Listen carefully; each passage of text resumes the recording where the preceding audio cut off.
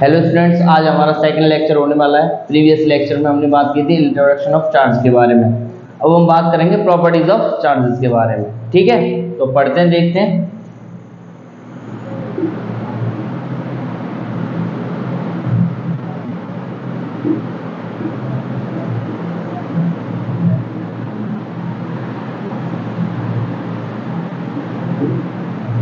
तो इसके बारे में बात करेंगे तो हम पहली प्रॉपर्टी के बारे में बात करते हैं। तो पहली प्रॉपर्टी इसकी है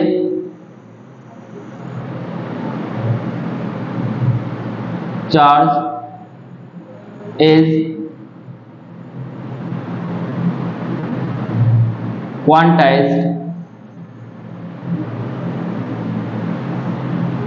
इन नेचर। ठीक है, जब हमने बात की है तो किसी बॉडी पर जो चार्ज होता है हमेशा अपीयर करेगा due to transference of electron. हम जब बात करते हैं इसके बारे में तो किसकी वजह से करते हैं? जब चार्ज आता है किसी बॉडी पर तो किसकी वजह से आता है? ट्रांसफेरेंस ऑफ इलेक्ट्रॉन्स की वजह से। अब डेफिनेशन देखते हैं।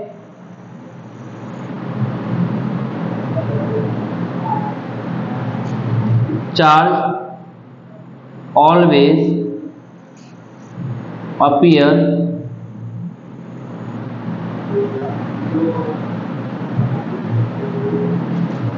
on any body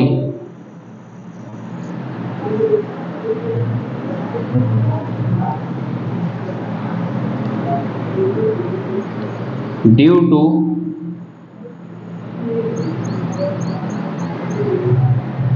transference of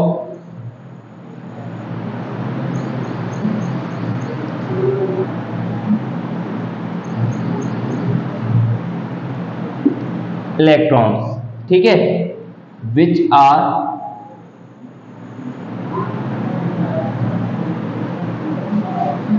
indivisible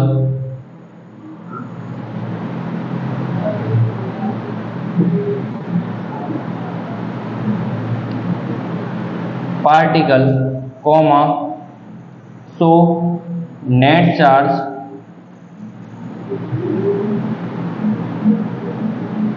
is integral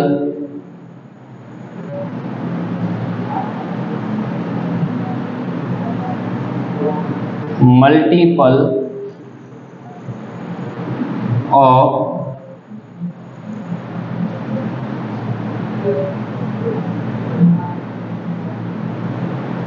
electron. देखो मैंने डेफिनेशन में लिखा है charge always appear on any body due to transference of electrons which are individual particle, so net charge is integral multiple of electron. तो किसी body पर जो charge होता है वो किसकी वजह से होता है? इलेक्ट्रॉन्स की वजह से। क्यों? क्योंकि इलेक्ट्रॉन को ही ट्रांसफर किया जाता है एक बॉडी से दूसरी बॉडी पर। ठीक है, अब बात करते हैं इसके फॉर्मूले की। तो Q बराबर प्लस माइनस एनी, अगर बात करूं where n equals to 0, 1, 2 dot dot dot n तक। तो हम इसके बारे में बात करेंगे। पहली प्रॉपर्टी क्या है? Charge is quantized in nature. वो किसी बॉडी पर जो अपीयर होता है चार्ज किसकी वजह से? Due to transference of electrons, जो कि इंडिविजुअल पार्टिकल है। इनको डिवाइड नहीं किया जा सकता, तोड़ा नहीं जा सकता पार्टिकल को। क्यों? इलेक्ट्रॉन एक फंडामेंटल पार्टिकल है, इसको हम तोड़ नहीं सकते। वैसे प्रोटॉन को भी नहीं तोड़ेंगे, अभी दूसरी वाली बुक में हम तोड़ना सीखेंगे थोड़ा बहुत उसको। ठीक है, अब इसके बारे में बात करते हैं। तो individual particle, so net charge is integral multiple of electron. Q equals to plus minus N ही, हमारे पास फॉर्मूला आ गया। एन क्या इंटीजर है? 0, 1, 2, 3 डॉट डॉट डॉट एन तक। ठीक है, उतार लीजिए, पॉज करके उतार लेना।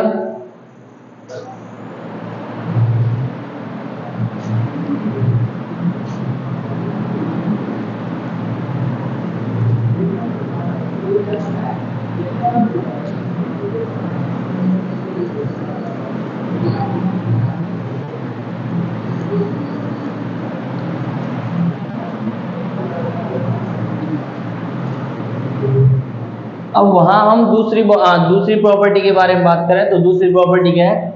Charge is additive in nature.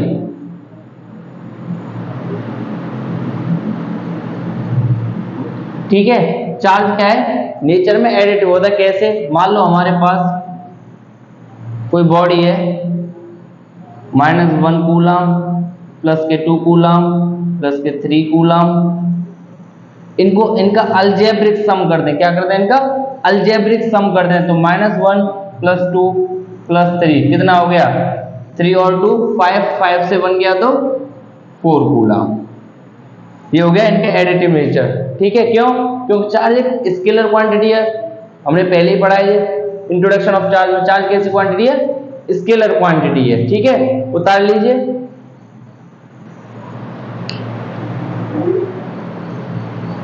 Pause करके उतार लेना, मैं रफ कर रहा हूं।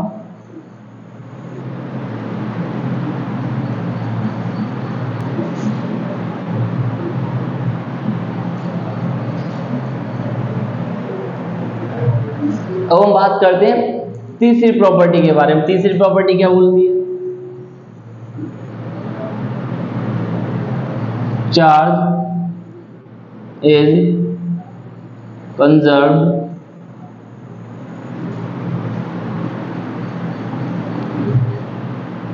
In nature. चार्ज क्या है, कंजर्व रहता है हमेशा। किसी कोई आइसोलेट बॉडी है, उसका चार्ज कैसा रहेगा, रिमेन्स कांस्टेंट। ठीक है, तो हम बात करें इसके एग्जांपल ले लेते हैं, एक दो एग्जांपल में मान लो सिल्क प्लस ग्लास, तो दोनों का नेट कितना, क्यू नेट कितना आएगा, 0। क्यों, क्योंकि दोनों के पास क्या है, बराबर है सारा कुछ। अभी तो कुछ ट्रांसफर भी नहीं हुआ ना, बाहर गया। एक सिस्टम मान लिया हमने, क्या मान लिया, इसे सिस्टम मान लिया, और दोनों को रब किया। दोनों को रब करने के बाद क्या है, सिल्क के पास आ गया नेगेटिव चार्ज और ग्लास के पास आ गया पॉजिटिव चार्ज। फिर भी इन दोनों का क्या रहेगा, क्यू नेट 0। क्यों, क्यू नेट इसलिए 0 रहेगा क्योंकि हमने एक सिस्टम माना है पूरा। ये इस सिस्टम से बाहर तो गए नहीं हमारे पास इलेक्ट्रॉन, क्या है, केवल एक बॉडी से दूसरी बॉडी पर ट्रांसफर हुआ है। पहले भी हमारे पास इलेक्ट्रॉन्स उतने ही थे, अब भी इलेक्ट्रॉन्स उतने हैं। क्यों, क्योंकि हम चार्ज को ना तो क्रिएट कर सकते हैं ना डिस्ट्रॉय कर सकते हैं। आप लिखना चाहो तो लिख सकते हो पॉइंट बना के यहां पे, charge can neither be created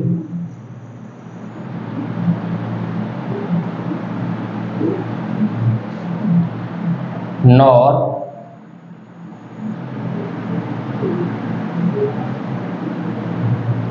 destroyed। इस बात को आप लिख सकते हो, कोई दिक्कत नहीं। चार्ज को ना हम क्रिएट कर सकते हैं और ना ही हम इसको डिस्ट्रॉय कर सकते हैं। ठीक है, उतार लीजिए इसको, आप पॉज करके उतार लिया करो।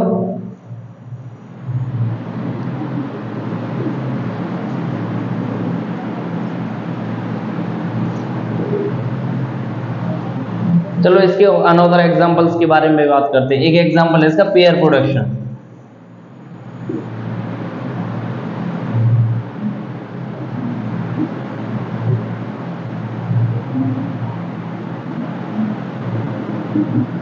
अब पेयर प्रोडक्शन के बारे में बात करते हैं। इसमें लेते हैं गामा रेज को और मैटर को।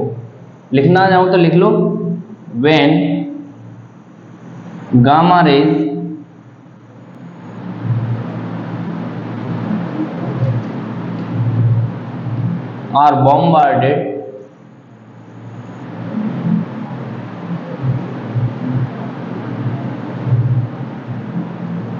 are bombarded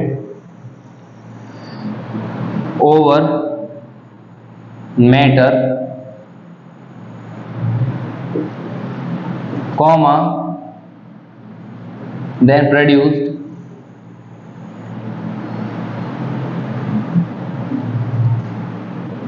electron and positron।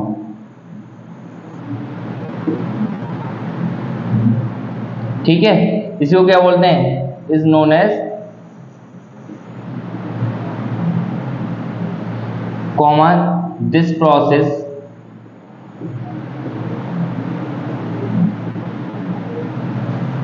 is known as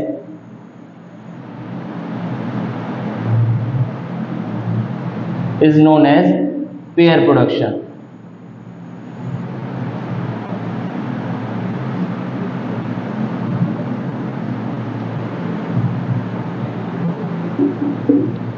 ठीक है, पेयर प्रोडक्शन क्या है? when gamma rays are bombarded over matter then produce electron and positron, this process is known as pair production. इसका example नीचे process लिखे इसकी, जैसे gamma rays है, किस पर बॉम्बार्ड किया? मैटर पर। अब मैटर पर बॉम्बार्ड करने के बाद जो हमें गेन होता है, क्या मिलता है हमको? क्या मिलता है? Electron plus positron. पॉजिट्रॉन के पास पॉजिटिव होता है चार्ज, इसके पास नेगेटिव। अगर यहां भी बात करूं तो क्यू नेट कैसा रहा? 0। और अगर यहां भी बात करूं तो क्यू नेट कैसा रहा? 0। एक नेगेटिव पॉजिटिव दोनों एक आपस में कैंसिल आउट कर देंगे तो क्या रहेगा हमारे पास? Q net 0। तो कंजर्व रहा कि नहीं? यहां भी देखो कंजर्व रहा हमारे पास। ये पेयर प्रोडक्शन है, एग्जांपल लिया है, गामा रेज बॉम्बार्ड की है किसके ऊपर? मैटर के ऊपर। क्या मिला हमें? इलेक्ट्रॉन और पॉजिट्रॉन। ठीक है, इसे नोट कर लीजिए, पॉज करके नोट कर लो।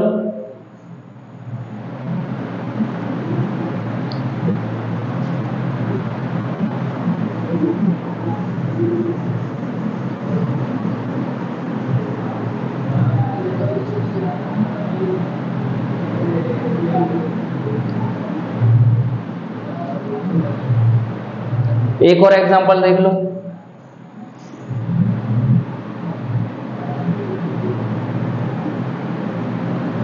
एनहाइलेशन ऑफ मैटर या फिर एनिहिलेशन ऑफ मैटर, कुछ भी बोल लो, तुम्हारी इच्छा है। अब इसके बारे में बात क्या करनी है? अब इसके बारे में क्या है, हम क्या करें? व्हेन, नोट कर लो पहले, when electron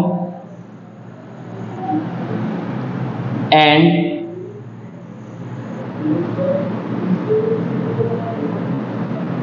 positron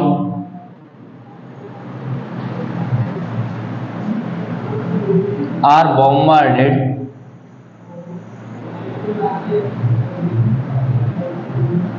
over each other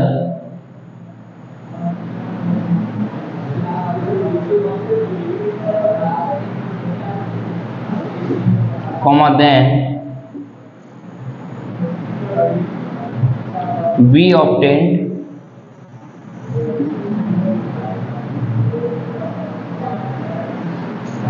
gamma rays।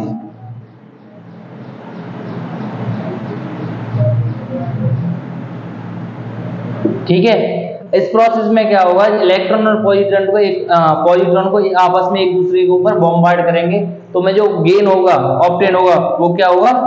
Gamma rays. कैसे?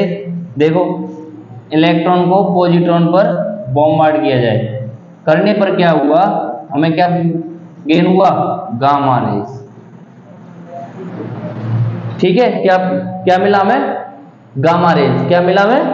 Gamma rays. ठीक है, इसको भी नोट कर लीजिए,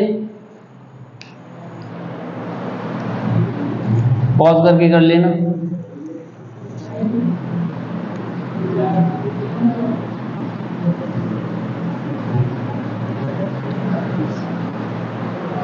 एक और एग्जांपल देख लो, ड्यूरिंग रेडियो एक्टिविटी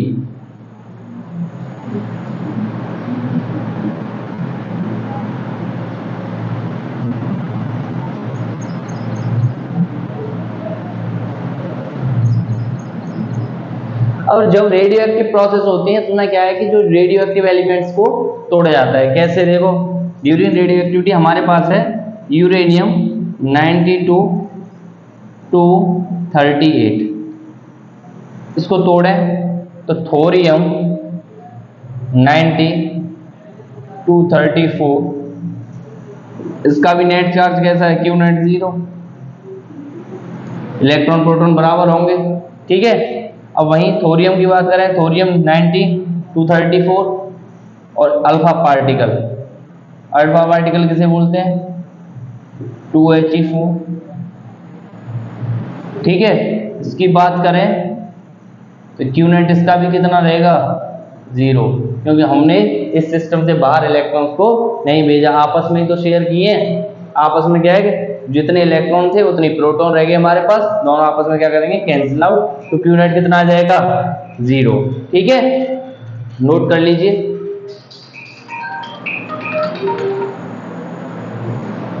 कर लीजिए, पॉज करते हैं, पॉज करके कर लेना।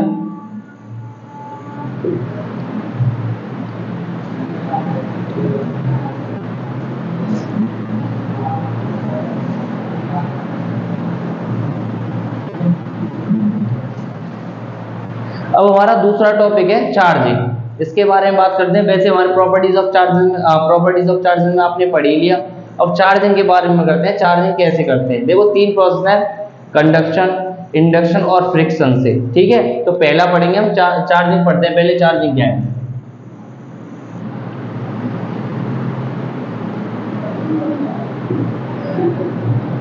देखो चार्जिंग ज्यादा कुछ नहीं है, बस किसी बॉडी को नेट चार्ज प्रोवाइड कराया जाए, किसी बॉडी को नेट चार्ज प्रोवाइड कराना है, उसी प्रोसेस को क्या बोलते हैं, चार्जिंग।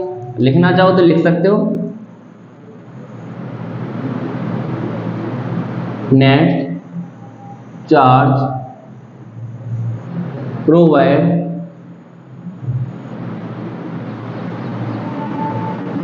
टू अ बॉडी,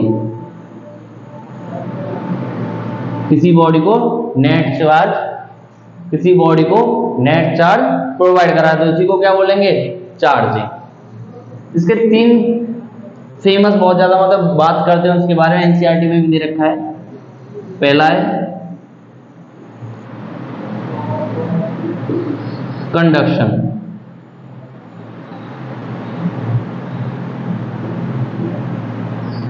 तो कंडक्शन में क्या है, इस प्रोसेस से केवल कंडक्टर को चार्ज किया जा सकता है। नीचे लिख लो इसके, ओनली कंडक्टर्स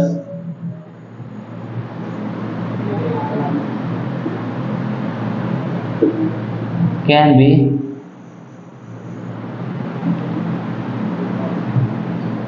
चार्ज। इस प्रोसेस से क्या हो सकता है, केवल कंडक्टर्स को ही चार्ज किया जा सकता है। जैसे मान लो हमारे पास 2 कंडक्टर दे रखे हैं,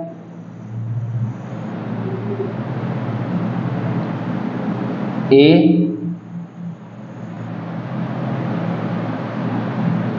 और बी, ये इंसुलेटेड स्टैंड है दोनों के।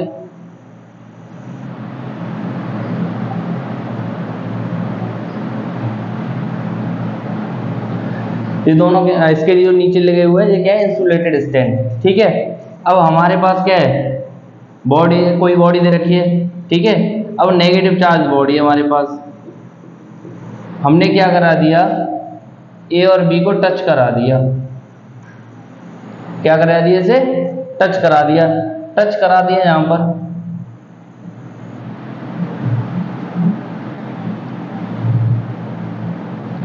ठीक है। टच कराने के बाद जब दोनों बॉडी को सेपरेट किया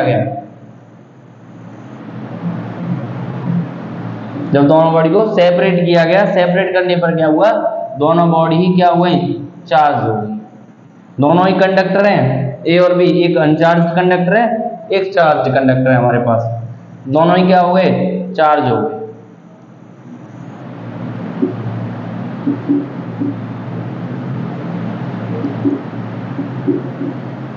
ठीक है, इस प्रोसेस से इस तरीके से हम चार्ज कर सकते हैं। लिखना चाहो तो लिख सकते हो, कोई दिक्कत नहीं। जब हम किन्हीं 2 कंडक्टर को टच कराएं तो उनको अगर टच कराने के बाद क्या, एक अनचार्ज और एक चार्ज है, उनको अलग अलग कराएं तो दोनों पर बॉडी पर क्या आ जाएगा, चार्ज आ जाएगा। ठीक है, उतार लीजिए, नोट करो इसे, पॉज करके कर लिया करो भाई।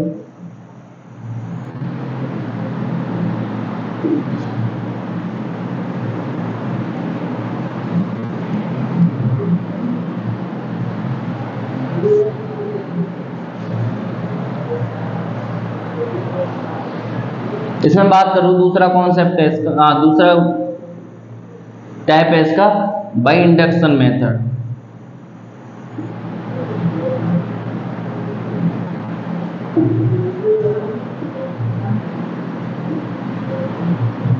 इसमें लिखना चाहो तो लिख सकते हो चार्जिंग फ्रॉम डिस्टेंस,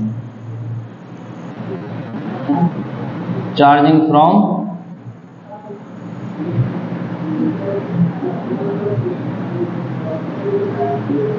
डिस्टेंस से चार्ज करेंगे। कैसे? इससे भी ध्यान रखना केवल कंडक्टर को ही चार्ज किया जा सकता है, only conductors can be charge. ठीक है? कैसे? मान लो हमारे पास कोई दो कंडक्टर हैं, कंसीडर कर लो थोड़ी देर के लिए, ए नहीं कंडक्टर, हाँ कंडक्टर ही हमारे पास, एक हमारे पास रॉड है, यहाँ पर पॉजिटिव चार्ज रॉड है, ठीक है, और हमारे पास कोई कंडक्टर है ए। ठीक है, अब कंडक्टर है हमारे पास, अब इनको पास लेकर आए, पास लेकर आए,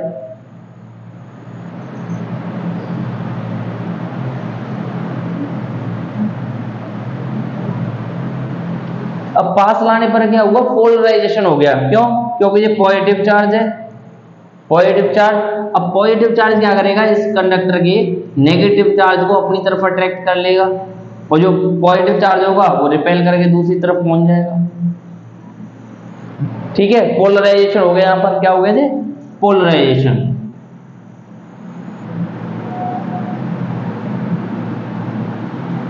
अब यहां पर पोलराइजेशन होने के बाद क्या हुआ? अब मैंने करा दिया यहां पर ग्राउंडिंग। अब ग्राउंडिंग, अर्थिंग तुमने देखा हो, गांव में देखा होगा, अर्थिंग कराते हैं लोग। ठीक है, वैसे ही यहां पर हम भी कराएंगे। तो ग्राउंडिंग कराया हमने,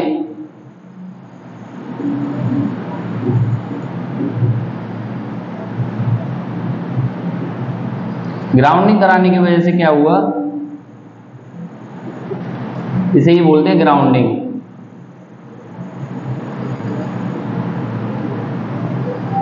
ठीक है, अब हमने ग्राउंडिंग करा दी तो नेगेटिव चार्ज था, अब पॉजिटिव चार्ज क्या हुआ? इसके थ्रू यहां पर आ जाएगा, ये नेगेटिव पोटेंशियल, यहां पर पॉजिटिव। अब पॉजिटिव नेगेटिव को खा जाएगा। अब पॉजिटिव क्या हुआ? इसकी तरफ अट्रैक्ट हो जाएगा, यहां से जो हमारे पॉजिटिव होंगे, पॉजिटिव चार्ज है वो नेगेटिव की तरफ भाग जाएगा, हमारे पास क्या रह जाएगा? नेगेटिव। अब क्या करेंगे? हम इसको अलग कर लेंगे। अलग करने के बाद क्या होगा? जो हमारा कंडक्टर ए है वो नेगेटिवली चार्ज हो गया कि नहीं? देखो, क्यों? क्योंकि पॉजिटिव की वजह से ये अट्रैक्ट रह गया इधर की तरफ। भाई यहाँ पर नेगेटिव है, अब नेगेटिव क्या करेगा? पॉजिटिव चार्ज को अपनी तरफ बुला लेगा। अब बुलाने के बाद क्या रह गया हमारे पास? Negative charge. तो कैसा चार्ज हो गया इसके पास? ये कंडक्टर के पास नेगेटिव। तो ये कंडक्टर हमारा चार्ज हो गया कि नहीं? Charging from distance. देखो हमने टच भी नहीं किया और वैसे भी चार्ज हो गया यहाँ पर। ठीक है, नोट करो इसे।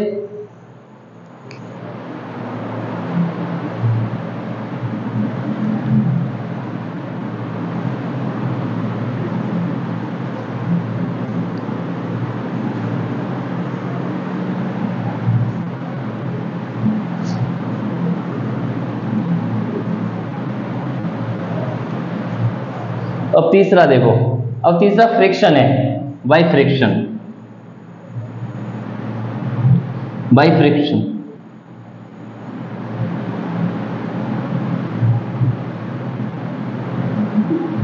तो फ्रिक्शन में क्या है? दो बॉडियों को रब करेंगे, दो बॉडीज को रब करेंगे। लेकिन एक और बात है इसकी, इसमें केवल इंसुलेटर को चार्ज किया जा सकता है, केवल इंसुलेटर, जितने भी इंसुलेटर हैं उनको चार्ज कर सकते हैं by friction process. Friction process से क्या होगा? हमारा फ्रिक्शन प्रोसेस से क्या होगा? हीट प्रोड्यूस होगी। हीट प्रोड्यूस कौन का होके, और कौन एब्जॉर्ब कर लेगा? इलेक्ट्रॉन्स एब्जॉर्ब कर लेंगे। जिसके पास लोअर वर्क फंक्शन होगा वो क्या करेगा? अपने इलेक्ट्रॉन्स को डोनेट कर देगा। अगर लिखना चाहो तो लिख सकते हो, व्हेन वी रब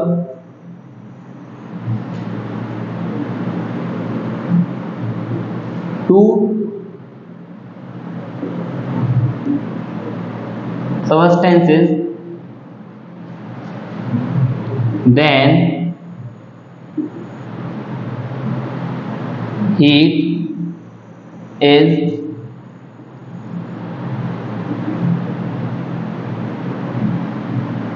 produced, sorry product नहीं produced, then heat is produced. This heat is absorbed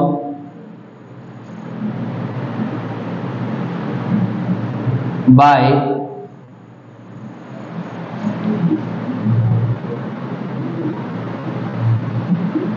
electrons. ठीक है, अब electrons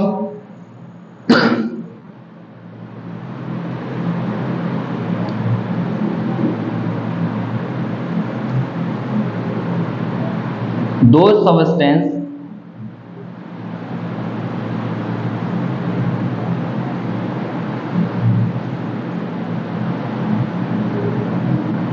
which have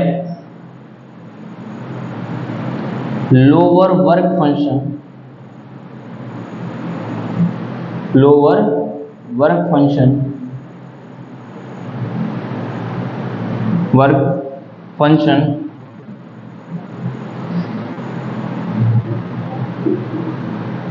then donates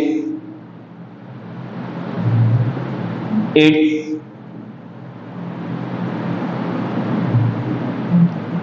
electron. ठीक है, जिसके पास लोअर वर्क फंक्शन होगा वो क्या करेगा, अपने इलेक्ट्रॉन्स को डोनेट कर देगा। मान लो हमारे पास दो सबस्टेंस है ए और बी। ठीक है, हम दोनों ने हमने इनको क्या किया, रब किया। हमने क्या किया, इन दोनों को रब किया। अब रब करने पर क्या होगा, मान लीजिए लोअर वर्क फंक्शन है किसके पास, ए के पास, और बी के पास वर्क फंक्शन ज्यादा है, तो ए क्या करेगा, बी को अपना इलेक्ट्रॉन डोनेट कर देगा। अब ए ने इसको डोनेट कर दिया, इसके पास पॉजिटिव आ गया, इसके पास नेगेटिव आ गया। ठीक है, दोनों को रब किया, ए और बी को, दोनों इंसुलेटर है, रब किया। वर्क फंक्शन किसके पास ज्यादा है, बी के पास, कम किसके है, ए के पास। तो ए क्या करेगा, अपना इलेक्ट्रॉन डोनेट कर देगा। यही तो डेफिनेशन बोल रही है। ठीक है, अब इसमें नीचे एक नोट टैब में डाल लो, ओनली इंसुलेटर्स